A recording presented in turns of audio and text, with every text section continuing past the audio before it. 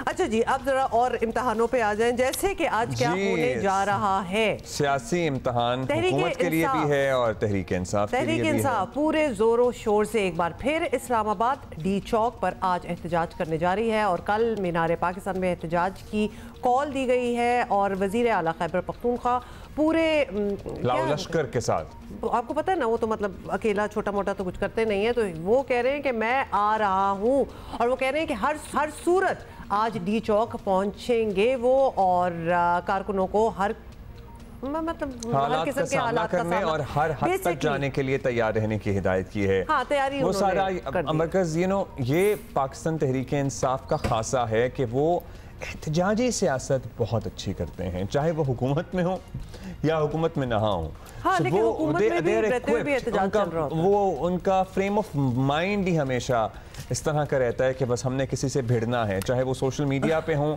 या सड़कों पे हों।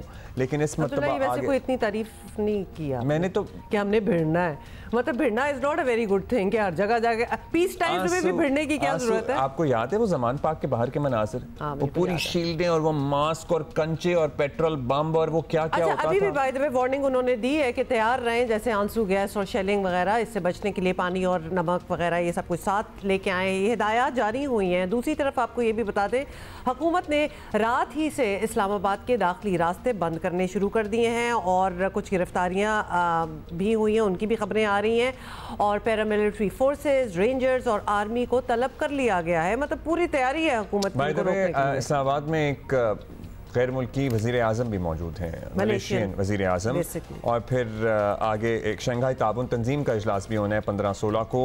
वज़ीर दाखिला ख़ुद सामने आए और उन्होंने कुछ नरम गर्म लहजे में, आप इसे सजेशन कह लें या वार्निंग कह लें, या आप पे डिपेंड करता है, सुनिए क्या कह रहे हैं।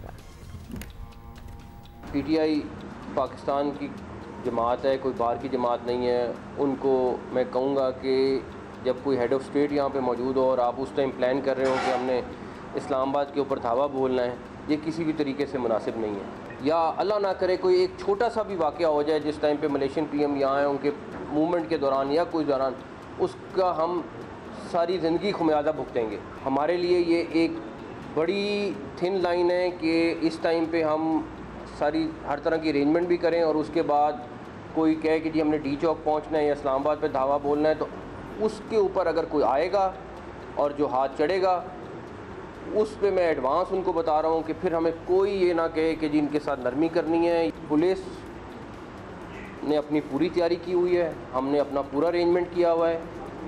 फिर इतना ज़रूर है कि कोई शिकवा ना करे। हम हर हद तक जाएंगे उनको रोकने के लिए। हम किसी सूरत अफोर्ड नहीं कर सकते कि एक मुल्क का प्राइम मिनिस्टर यहाँ है और यहाँ पे इस तरह की चीज़ हो रही हो। अच्छा जी, हुकूमत और तहरीक इंसाफ आपने सुन लिया, हर हद तक जाने की बातें कर रहे हैं। मौलाना फजल रहमान ने हालात की कशीदगी को भांपते हुए हुकूमत और PTI दोनों से पीछे हटने की दरख्वास्त की है। सेनेटर फैसल वाउडा ने इल्ज़ाम लगाया कि तहरीक इंसाफ लाशें चाहती हैं।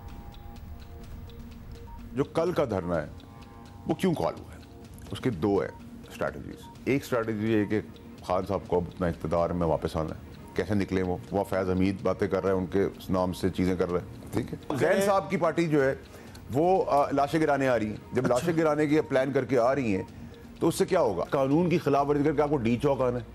आपने कानून की खिलाफ वर्जी करके जिधर लॉ पास होगा उधर आना है ताकि कन्फ्रंटेशन हो। मैं हुकूमत से भी ये कहना चाहता हूँ कि ये जो आईनी तरमीम की बिल है इसको मौखर कर दिया जाए तावक्ते के कॉन्फ्रेंस अपने अंजाम को पहुँचे। इस दौरान में दाखिली जो तनाज़ात हैं और सियासी इख्तलाफात हैं उसको हमें यकजहती में तब्दील कर देना चाहिए और किसी किस्म के तनाज़े से हमें बालातर हो जाना चाहिए। मैं अपोजिशन से भी यही अपील करूँगा कि वो अपने एहतजाजात इस दौरान न करें, उसको मौखर कर दें। जहाँ तक इस आईनी तरमीम का मसला है, मुझे हैरत है इस बात पर कि उन्हें इस बात में उजलत किस चीज़ की। PTI ने इस्लामाबाद के अलावा कल लाहौर में मीनार पाकिस्तान पर एहतजाज का भी ऐलान कर रखा है। वज़ीर आला पंजाब मरियम नवाज़ भी कह रही हैं कि फिर अब आएंगे तो देख लेंगे। उन्होंने फिर से अली अमीन को निशाने पर रखा। जो रिसोर्सेज जो आपके पास खैबर पख्तूनख्वा में अल्लाह ताला ने आपको दिया हुआ है, आपको वो अवाम की खिदमत के लिए इस्तेमाल करना चाहिए, ना कि दूसरे सूबे पे हमला करने के लिए। मेरा दिल ये बात नहीं मानता, मेरा दिमाग ये बात नहीं मानता कि किस तरह कोई इतना बड़ा क्रिमिनल सोच हो सकती है कि जो रेस्क्यू 1122 की गाड़ियाँ हैं, उनका क्या काम है? उनका काम है कि जो तकलीफ़ में मुब्तला लोग हैं उनको वहाँ से निकाल कर उनको सेफ्टी तक पहुँचाएँ। उनको खैबर पख्तूनख्वा के जुलूस में लाया जा रहा है पंजाब पे हमलावर होने के लिए। पंजाब तो ये नहीं होने देगा, क्योंकि पंजाब जो है ना वो दहशत गर्दी पे नहीं चलता। पंजाब में कानून है, कानून पे अमल दरामद है। तो मुझे तो अल्हम्दुलिल्लाह पंजाब की और पंजाब के अवाम की हिफाजत अच्छी तरह करनी आती है। तुम अपनी फ़िक्र करो। ये भी आपने सुन लिया। और पीटीआई को 2014 के धरनों पर आज तक जो है वो सदर का दौरा याद है मुलतवी करने का हुआ था, वो उसके ताने मिलते रहते हैं। तो अब इस्लामाबाद में शंघाई ताउन तंजीम का इजलास 15 और 16 अक्टूबर को हो रहा है। और सियासी मुखालफत अपनी जगह, लेकिन मुल्की मफाद सबकी पहली तरजीह होनी चाहिए। लेकिन अब लगता है ये कहने की बातें रह गई हैं, बिकॉज हर कोई वो करता है जो हमारे साथ ही हैं। हमारे साथ नौशीन यूसुफ हैं इस्लामाबाद से। इस्लामाबाद में सैकड़ों कंटेनर्स नज़र आ रहे हैं। तैयारी इस्लामाबाद वालों की भी पूरी है, और पेशावर वालों की तैयारी कैसी है ये दानियाल हमें बताएंगे। हमारे साथी कॉरेस्पॉन्डेंट हैं फ्रॉम पेशावर। सो सबसे पहले जहाँ से काफ़िला आना है, दानियाल अजीज़ हमें वहाँ से ज्वाइन कर रहे हैं, हम वहाँ चलते हैं। दानियाल बताइएगा, मतलब किस तरह की तैयारी की जा रही है, क्या प्लानिंग है? अपने अपने हलकों से MPs वगैरह काफ़िले लेके आएंगे, कोई मीटिंग पॉइंट है, वहाँ से फिर आगे चलेंगे? फिर ये भी था कि इस दफ़ा मशीनरी आगे होगी, काफ़िला पीछे होगा। देखिए जी, इस वक्त सूरत हाल ये है कि इस वक्त मैं पेशावर और जो टूल प्लाज़ा है मोटरवे पर, वहाँ पर मौजूद हूँ। और मेरे अकब में आप देख सकते हैं कि यहाँ पर इस वक्त DI खान का काफ़िला जो है वो पहुँच चुका है। और यहाँ से 10 बजे का वक्त दिया गया है कि पेशावर वाले जितने भी हैं यहाँ से 10 बजे रवाना होंगे।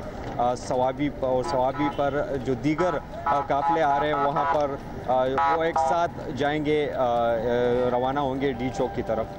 तो ये इनका प्लान है। वज़ीर आला अली अमीन गंडापुर यहाँ पेशावर से लीड करेंगे अपने जो काफ़िले हैं, और वो सवाबी तक वहाँ पर जाएंगे। और सवाबी से फिर तमाम जो काफ़िले हैं वो इकट्ठे होकर अली अमीन गंडापुर की क़ियादत में आगे जाएंगे। जहाँ पर आपने बात की मशीनरी की, तो ऑब्वियसली वो हस्ब मामूल सवाबी जो है वो पहुँचा दी गई है। और वहाँ पर रेस्क्यू 112 की गाड़ियाँ और इस तरह जो दीगर हैवी मशीनरी है वो भी पहले से पहुंचा दी गई है। और इस दफ़ा इन्होंने स्ट्रेटजी ये रखी है कि ये जो मशीनरी है और दीगर जो आप कह ले साजो सामान इनके साथ होंगे, जो रास्ते से रुकावटें हटाएंगे तो वो इनसे आगे जाएंगे और तमाम रुकावटें जो है वो हटाएंगे, दूर करेंगे। और ये इस तरह D चौक की तरफ आगे जाएंगे। इस दफ़ा वज़ीर आला अली अमीन गंडापुर ने एक ये सख्त बयानिया दिया है कि अगर मुझे अकेला भी D चौक तक जाना पड़े तो मैं जाऊंगा, पीछे नहीं हटूंगा। और तमाम जो कारकुनान हैं उनको भी इस दफ़ा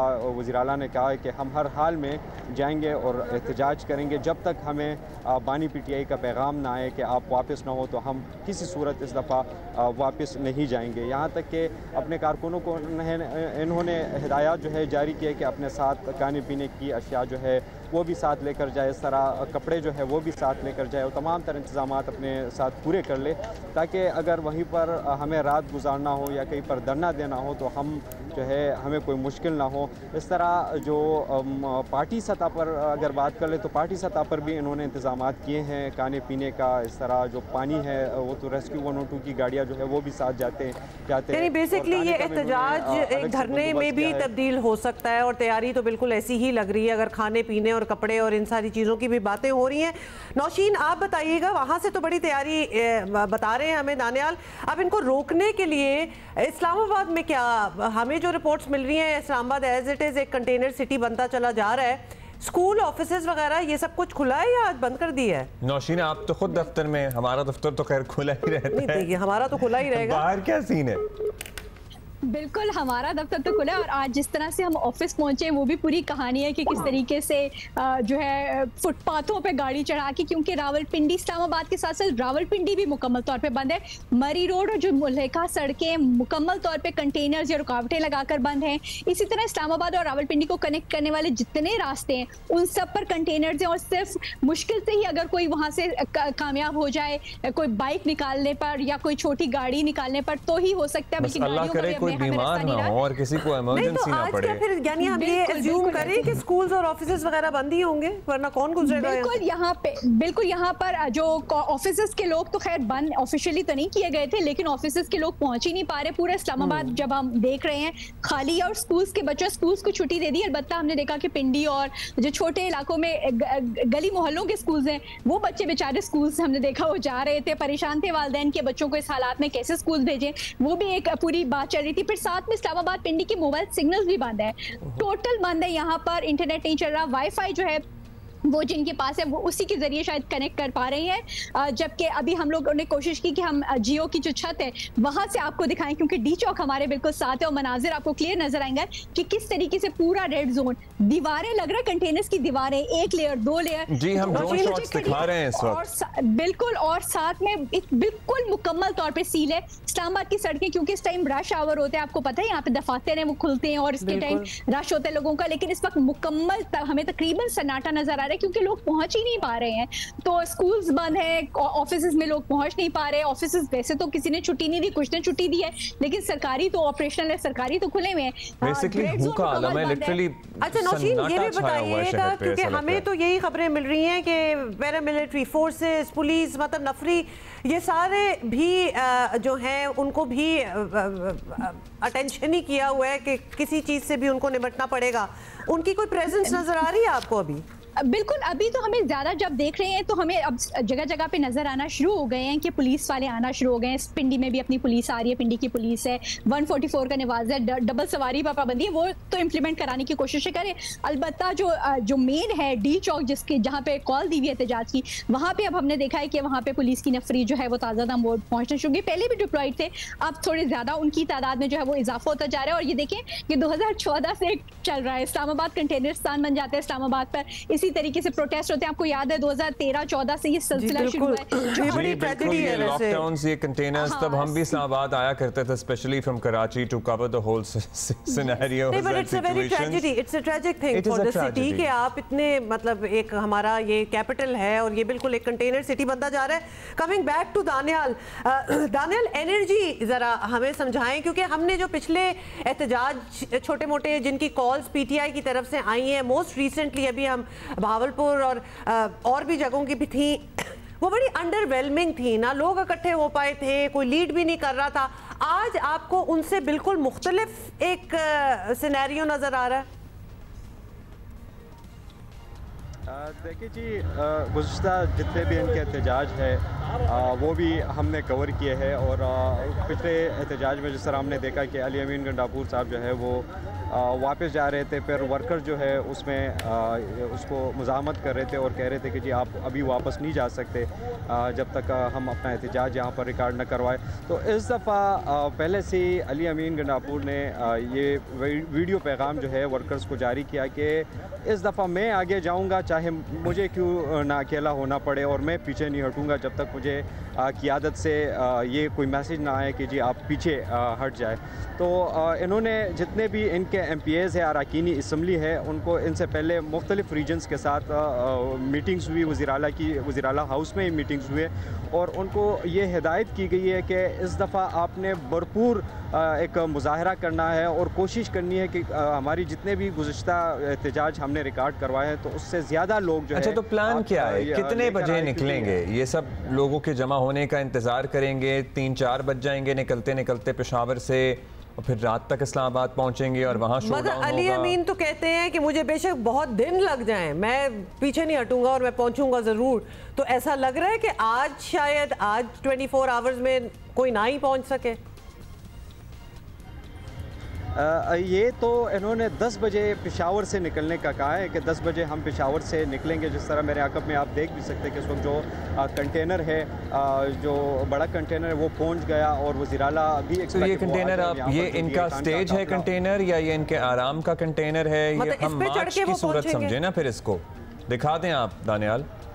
ये इनका कंटेनर है और इस पे स्टेज जो है वो ज़ाहिरी बात है, ये प्रोटेस्ट है, वो आगे जाएंगे। स्टेज जो है अभी तक नहीं पहुंचा है, लेकिन ये कंटेनर है जिस पे इनके जो कायदीन है और वक्तन फ़वक्तन वज़ीराला जो है अपने protocol. If you can move and your cameraman can move Daniyal, तो आप हमें दिखा सकते हैं। आप फुल स्क्रीन पे हैं इस वक्त, आप हमें दिखा सकते हैं। अगर आपके कैमरामैन दिखाएं आपके साथ, मेरा कैमरामैन फजल हुसैन अगर आपको दिखा सके तो इस वक्त ये कंटेनर है और कंटेनर के ऊपर जो है कुछ कारकुन मौजूद है। यहाँ पर इस वक्त कोई मकामी कायदीन नज़र नहीं आ रहे। एक DI खान का काफिला है और इस तरह कारकुनान जो है वो भी मौजूद है और अपना जो PTI के मुख्तलिफ टाइम कोई है निकलने का दानियाल?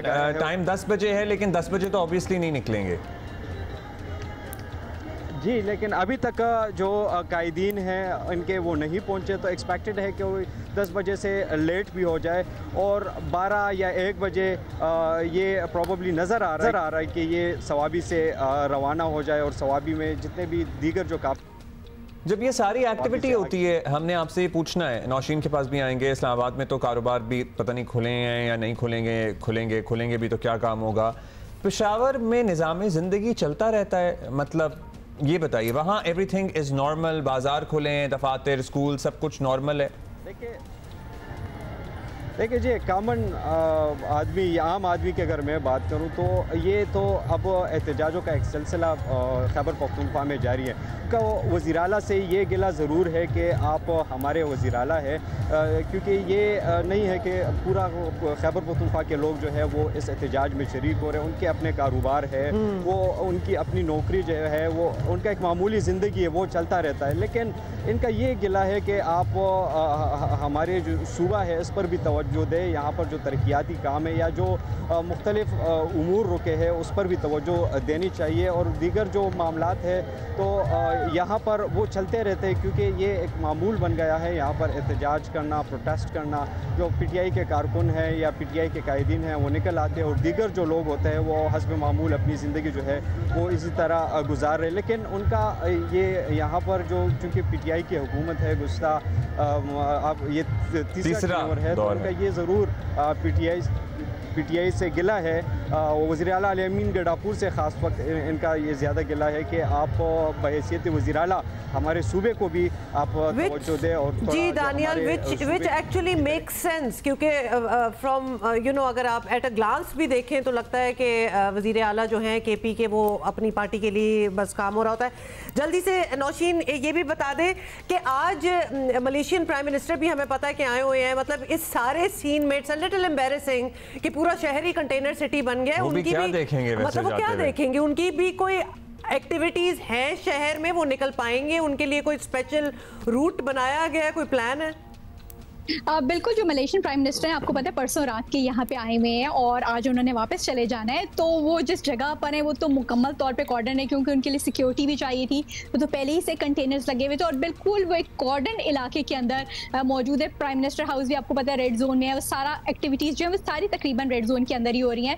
तो वाकई में ये एम्बैरेसिंग सिचुएशन है, क्योंकि अब आगे SCO भी आ रही है और SCO का जो मुकाम है वो आपको पता है कन्वेंशन सेंटर और मुख्तलिफ ममालिक के इधर यहाँ पे अहम शख्सियात आएंगी, तो वो भी एक सामने है, हुकूमत के सामने है, क्योंकि वो रेड जोन से बाहर के इलाके भी डेफिनेटली उसमें जैसे कि मैंने आपको बताया कि कन्वेंशन सेंटर भी वहाँ पे यूज हो रहा है। तो वो एक अलग सिचुएशन होगी इस वक्त भी, क्योंकि अब इतनी अहम शख्सियत जो है वो इस्लामाबाद में मौजूद है और उनके सामने वो मुस्तकिल देख रहे हैं कि उनकी भी शायद कोई मूवमेंट नहीं हो सकी, वो भी मुस्तकिल जो है रेड जोन के अंदर ही रहे। वो जो 3 दिन उनके साथ उनके वक्त। थैंक यू नौशीन, हमें एक बड़ा अच्छा आपने एक पिक्चर जो है वो खींच दी है। सो और देख भी रहे हैं हम क्योंकि बाहर कहीं सिग्नल नहीं आ रहे, इसलिए everybody has to in Islamabad at least has to be in a range of wifi. So वो उसके अलावा कहीं से रिपोर्ट नहीं कर पाएंगे। तो कम्युनिकेशन भी ऑफ रहेगी। Thank you Nausheen, thank you so much, thank you Daniyal, अपना ख्याल रखिएगा। क्योंकि पता है क्या, बड़ा एक अजीब सी सूरत हाल बन जाती है इसमें। जो काम करने वाले हमारे फील्ड रिपोर्टर्स होते हैं या जो एंकर्स जाते हैं या हमारे कैमरा मैन या हमारा टेक्निकल स्टाफ, बड़ा वल्नरेबल होता है। क्योंकि आपको पता ही है पाकिस्तान तहरीक इंसाफ ज़रा जाहिर मिजाज सी जमात है। कोई किसी के ख़िलाफ़ कुछ हल्की सी तकरीर में अगर शाइबा भी हो कि भाई फलां तो ये फलां, ये बहुत, ये हमने सबने देखा हुआ है। Things can go from 0 to 100 in a moment. तो समझ नहीं आती कि क्या होने वाला है। To hide our faces and cover their protests and long marches and lockdowns. So you've seen it all. और माशाल्लाह एक हिस्ट्री भी इतनी लंबी है, सब कुछ ही हुआ है। In any case, of course we'll keep you posted. ये असल में ट्रेजेडी है कि आज भी हो रहा है। चीज़ें खत्म नहीं